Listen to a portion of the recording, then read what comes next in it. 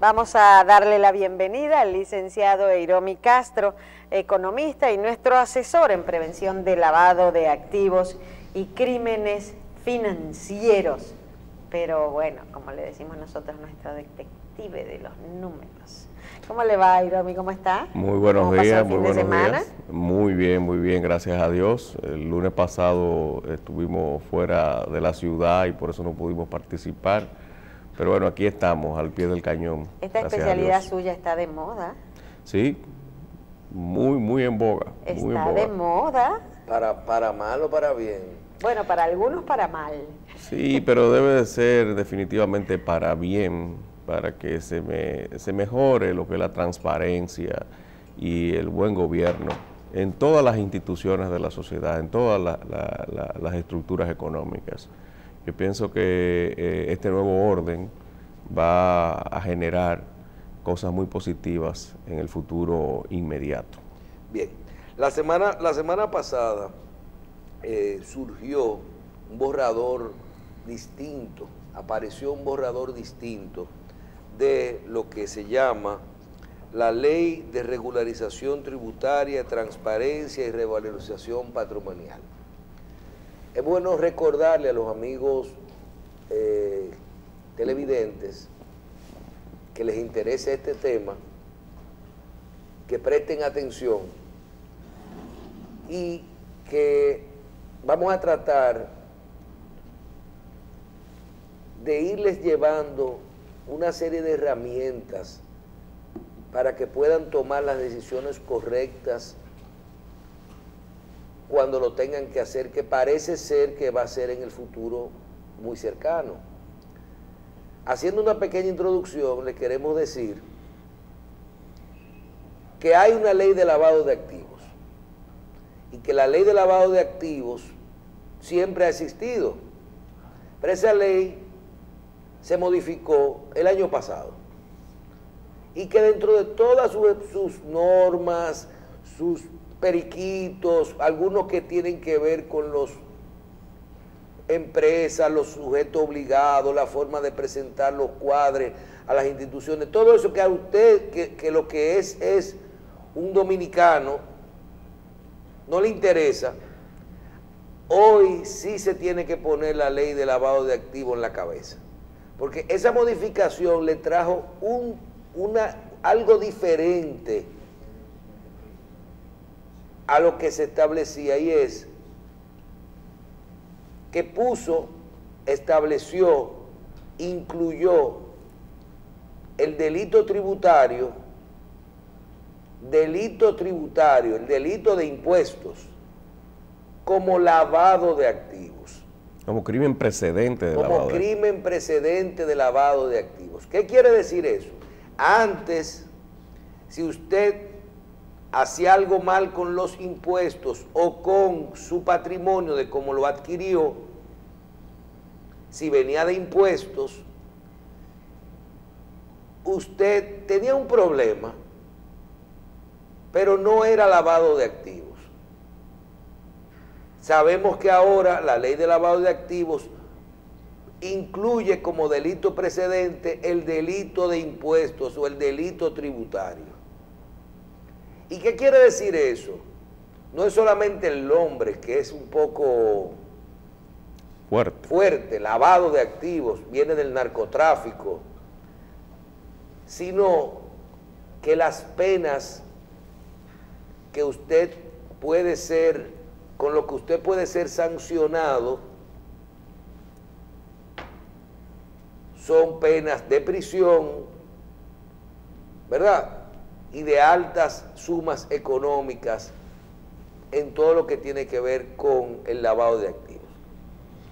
Las autoridades han determinado con esta nueva ley que es tan preocupante y tan fuerte sus sanciones en lo que tiene que ver sobre todo con el delito tributario y el patrimonio mal habido, que primero mandaron un anteproyecto de una ley paralela, colateral, que era la ley de sincerización de patrimonio.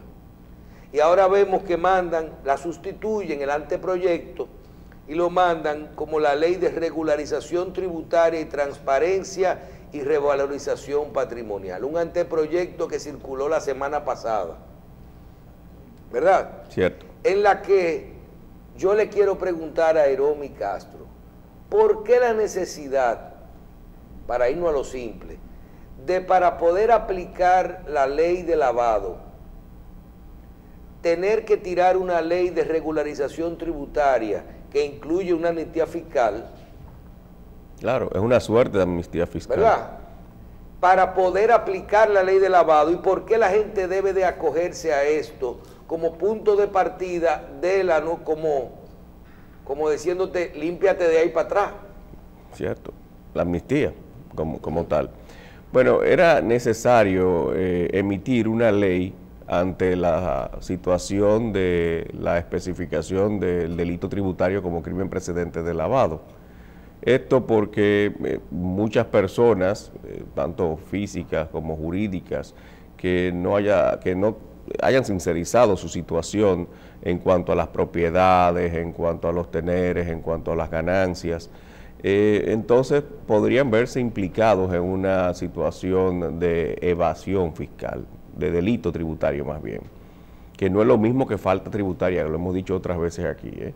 La falta tributaria es cuando a una persona se le olvida reportar el ITEVIS o hacer el pago de impuestos correspondiente un día y va 48 horas después, o 2 semanas, o 3 semanas después, o olvida tributar en la fecha acordada, en la fecha establecida. O no paga una ganancia de capital. O no paga una ganancia de capital en un momento determinado. Ahora, el delito tributario implica dolo, implica falsificación, implica que una o más personas se involucren en un proceso de transformación de operaciones para lograr con esto pagar menos impuestos.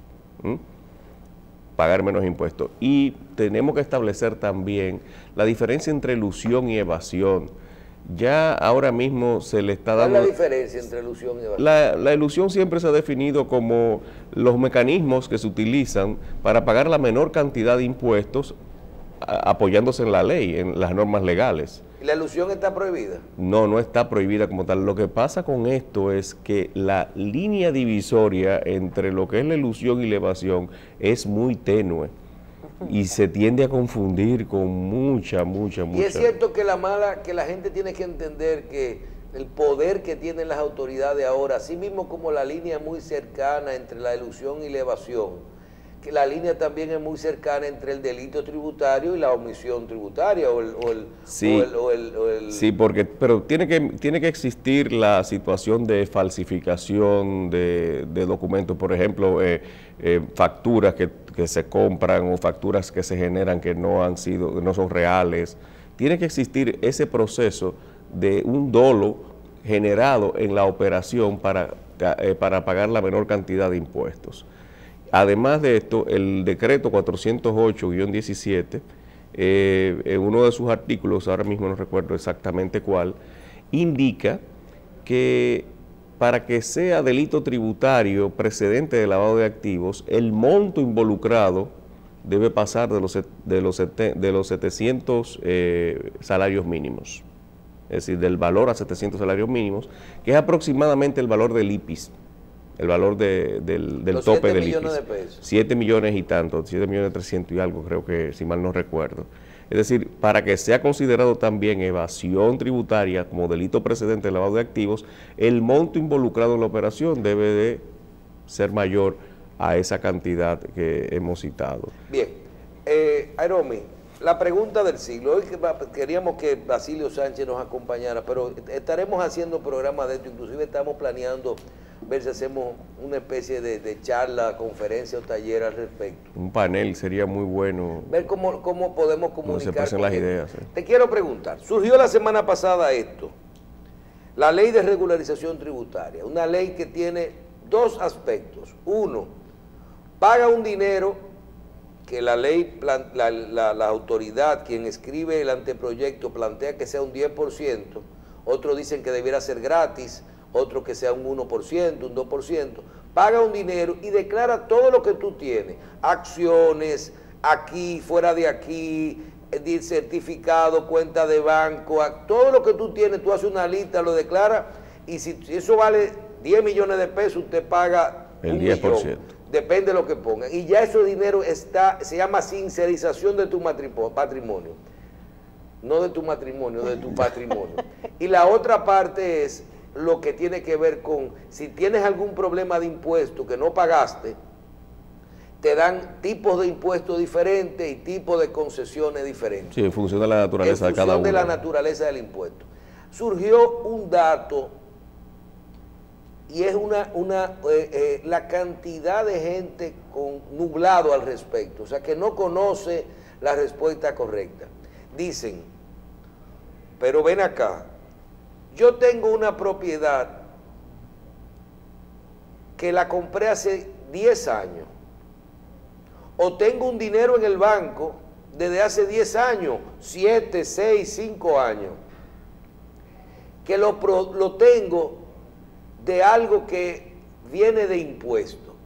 Vendí una propiedad y no declaré el valor total al gobierno, a la renta, y guardé ese dinerito en el plazo fijo porque hicimos 2 contratos, uno por el valor del IPI y otro por la diferencia, y yo llevé ese dinero, pagamos todo por el IPI y yo guardé mi dinerito ahí.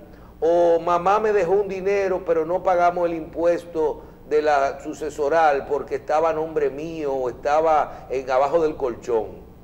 O cualquier forma que usted consiguiera un dinero con algún tipo de impuesto, o mira, no pagué una ganancia de capital determinada, unos beneficios de un año de una empresa que me dejó 20 millones de pesos, no lo declaré, declaré que me dejó 1 y ese dinero se quedó por fuera y lo tengo en el banco, lo tengo en propiedades, lo tengo aquí o lo tengo en una offshore a nombre de una compañía, cualquier modalidad. Y decía una persona, yo no tengo que acogerme a la ley de sincerización de patrimonio porque eso está prescrito. Si en los últimos 3 años yo no recibí una notificación, ni nadie pasó nada, ni nada de nada, eso está prescrito. ¿Cuál es su opinión de ese tema? Porque hay posiciones encontradas. Un grupo dicen que no está prescrito, que para eso es la ley, y otros dicen que está prescrito, que no hay que acogerse a la ley si de eso se trata. Bueno, las leyes no son retroactivas, es lo primero. Y para que sean retroactivas, entonces yo entiendo que debe de modificarse, creo que la Constitución, ¿verdad? No soy abogado, pero bueno. Creo que esta ley es para eso, para que se sincerice. Y por lo tanto ha sido emitida para que todo aquel que haya incurrido en una situación anormal y sacar beneficios de esa situación anormal, se sincerice. Ahí está el término. Yo creo que esa es la palabra. Esa es la palabra. Ley, ¿no? Y asumir diciendo, mira, yo tengo esto no fue declarado debidamente, yo lo quiero declarar, voy a pagar el 10. Pero si lo logró desde un punto de vista fiscal, por ejemplo, decir, yo tengo guardado de ese contrato del año 2000, cuando yo vendí una propiedad en 2 millones de pesos y nada más la declaré por 500,000 pesos y guardé ese 1,5 millones de pesos en el banco. Pues usted tiene valores que tiene que declarar. ¿Pero para qué si está prescrito?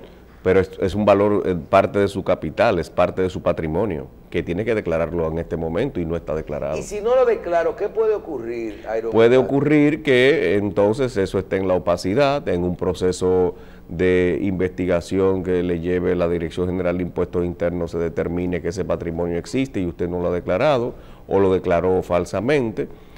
Pueden alegar que usted no se acogió a la ley y que el Estado dio, o el gobierno dio la potestad o la salida de que se pudiese apalancar en esta ley y tampoco usted lo hizo. Entonces hay una intención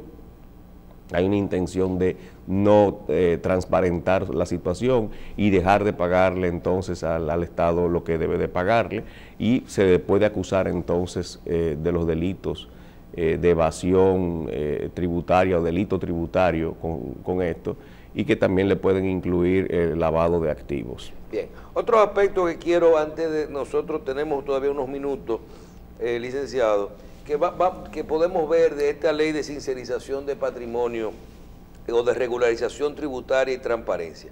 Si usted que conoce el anteproyecto, y eso parece que va a circular ahora en Sí. tema de debate público y eso, si usted dice, yo personalmente digo, yo la veo bien, yo creo que hay aspectos que uno debe de tratar, de si alguien escucha, ¿verdad?, de que sean un poquito más equitativos para que la gente se acoja. Por ejemplo, ¿cómo usted ve los porcentajes que ha determinado quien escribió este anteproyecto para que sean pagados los valores, para que sean pagados para uno acogerse a esos términos? Yo creo que... O esos beneficios. Sí, yo creo que un 10% está todavía para mí un poco elevado. Yo entiendo que debe de ser de alrededor de un 5% lo que se debe establecer. Esto para que se vea, las personas se vean más motivadas. Dice Basilio Sánchez que él entiende que como tope debe de ser un 2.5, que es el estándar. El impuesto sobre la renta proyectado, algo así, o sea, como es un 25, Sí. el 1 del impuesto sobre la renta proyectado al 2.5 hacia abajo. Es un buen enfoque, porque Usted había dicho aquí, cuando es muy alto la gente no se acoge. no se acoge, no se ve inducida a acogerse a esto y asume posiciones mucho más difíciles, ¿verdad?, riesgosas, debido a que entiende que... Es la informalidad. Exactamente, la informalidad, que en muchas de nuestras leyes, como hemos dicho anteriormente y hemos escrito en nuestros artículos en acento, muchas leyes inducen a la informalidad debido a la situación en la que coloca a los elementos económicos, puesto de que no le brinda seguridad y le dificulta el cumplimiento, que las leyes deben de ser posibles, deben de ser cumplibles, deben de ser viables, pero de cumplimiento rígido, como hemos dicho antes. Creo que entre un 2.5 a un 5% debe de ser una tasa adecuada para que se motiven las personas, además de la salida que se le está brindando con este proyecto de ley, que creo que va a pasar bastante rápido, creo que es de urgencia. Vemos que también uno en la sincerización uno tiene un año para acogerse, pero en la parte de la amnistía hay procesos a 30 días, 45 días para acogerse, sí, después de la aplicación. Claro, y la Dirección General de Impuestos Internos está inmersa ahora mismo en un operativo bastante fuerte, ¿verdad?, de cobro de impuestos sobre la renta para profesionales liberales y esto. Eso podría resolver todo este tema. Claro que sí. Airomi, ¿usted es partidario Ayuda de que todos los impuestos que se consideran aquí o la sincerización de patrimonio se establezca un impuesto cero y que todo se elimine, un borrón y cuenta nueva? No, yo no creo eso. Yo creo que se debe establecer una tasa de un 2.5 a un 5. Sí. Le tengo otra pregunta. Un grupo de personas nos escribieron cuando escuchamos que le hemos dado seguimiento al tema de la ley de lavado de activos y de la sincerización de patrimonio y regularización tributaria, y yo entiendo que todo el mundo tiene, yo creo que es un país lleno de gente que sabe de béisbol, de economía y de todo, pero la gente sabe, lo que tiene que ver con su seguridad financiera, la gente sabe. Y te decían, ¿por qué los porcentajes son diferentes?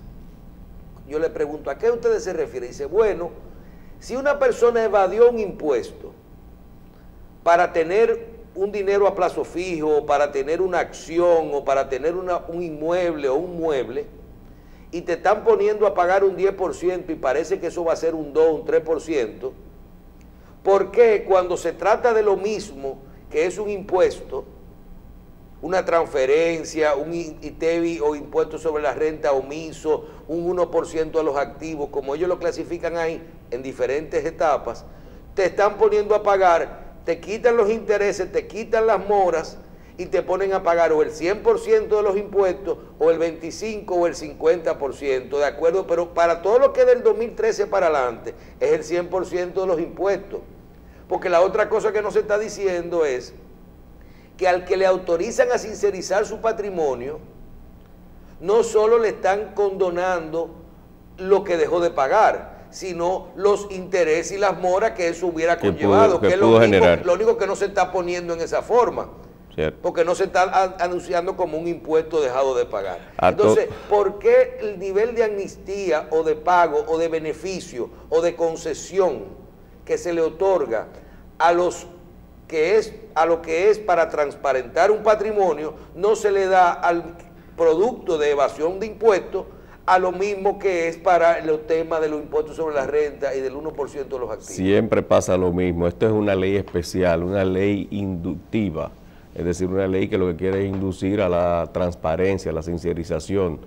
Y aquellos que han pagado durante todo ese tiempo y que también pagaron quizás moras y todo esto producto de una situación quizás financiera que tuvo en algún momento, no están muy contentos ahora con esto, porque entonces el otro le sacó mayor beneficio. Exacto, y va a pagar menos y se van a colocar en el mismo nivel de cumplimiento. Por no haber pagado. Exactamente. Entonces, son de las situaciones. Quizás el que ha pagado dice, concho, premienme a mí que yo fui sincero y he pagado, o en el momento determinado pagué mis moras y pagué mis multas y pagué todas las cosas. Pero esto es una ley de inducción, es una ley que lo que busca es poner un borrón y cuenta nueva, pero que el borrón no existe tanto, ¿verdad?, sino que se va a establecer un trazo de carbón con el 2.5, el 5 o el 10 a donde se asuma, que realmente esperamos que sea entre un 2.5 y un 5%, porque será una tasa mucho más inductiva.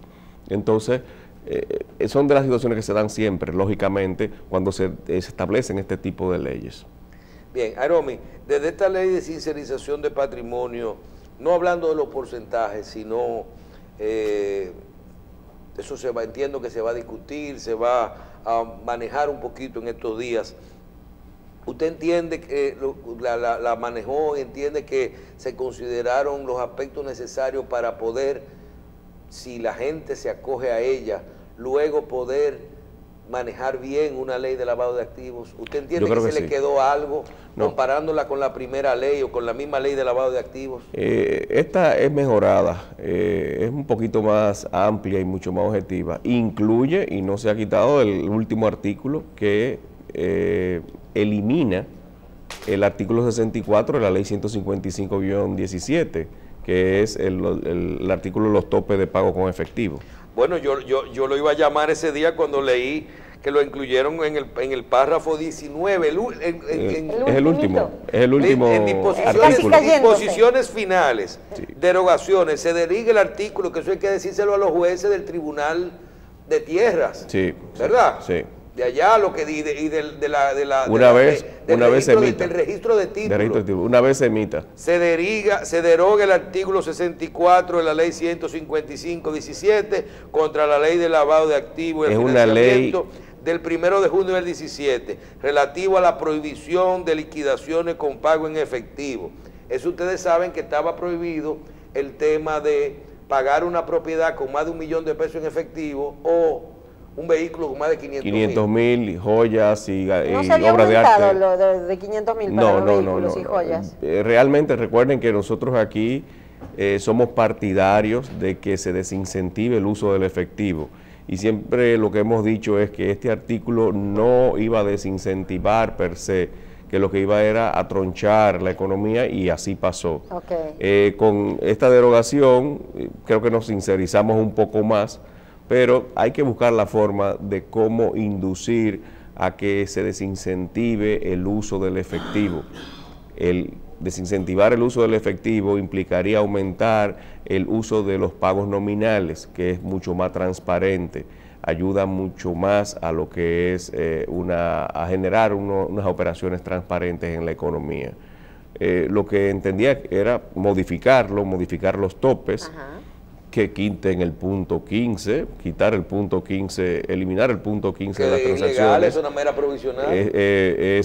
Induciría mucho a que los elementos económicos asuman pagos nominales, pero entiendo que el proyecto de ley está muy bien concebido ante el nuevo orden legal e institucional o económico que estamos viviendo producto de la ley 155-17, y creo que es un gran aporte, para el avance de las gestiones económicas del país.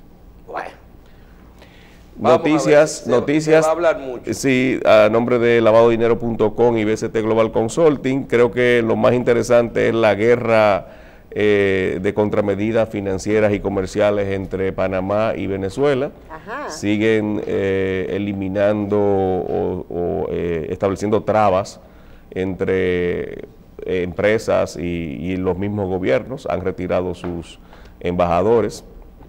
Esto sigue en pie. Y claro, la disposición de OFAC que va a incluir a todas las firmas que manejan criptomonedas en la lista OFAC, siempre y cuando no estén acogidas a una ley, que hay muy pocas leyes de criptomonedas y que esto debe ser una realidad. Y finalmente, claro, y me imagino que ya ustedes han hablado sobre la cumbre y sobre el documento que se asume el compromiso anticorrupción, ¿verdad? Si usted supiera que no hemos hablado mucho de eso. El documento no se firmó. Menciona la palabra corrupción y transparencia como 200.000. 200.048 veces. Y como ustedes saben, estos son delitos precedentes de lavado de activos, esto se ha asumido. Bueno, esperemos que esto traiga consecuencias también positivas para los países miembros. Bueno. Te damos las Airomi gracias. Castro no puede ser de Laundryman. No. Tiene que ser de Anti-Laundryman. Anti-Laundryman. De Anti-Laundryman. Bueno. Porque es totalmente inverso, ¿verdad? Claro que sí. Anti-lavado. La prevención De del la lavado prevención. de activos y crímenes financieros. Muchísimas gracias, Airomi. Si Un placer. Dios nos permite, nos vemos el lunes que viene. Dios mediante. Y a ustedes hacemos una pausa para comenzar nuestro segmento de Quiero ser tu representante.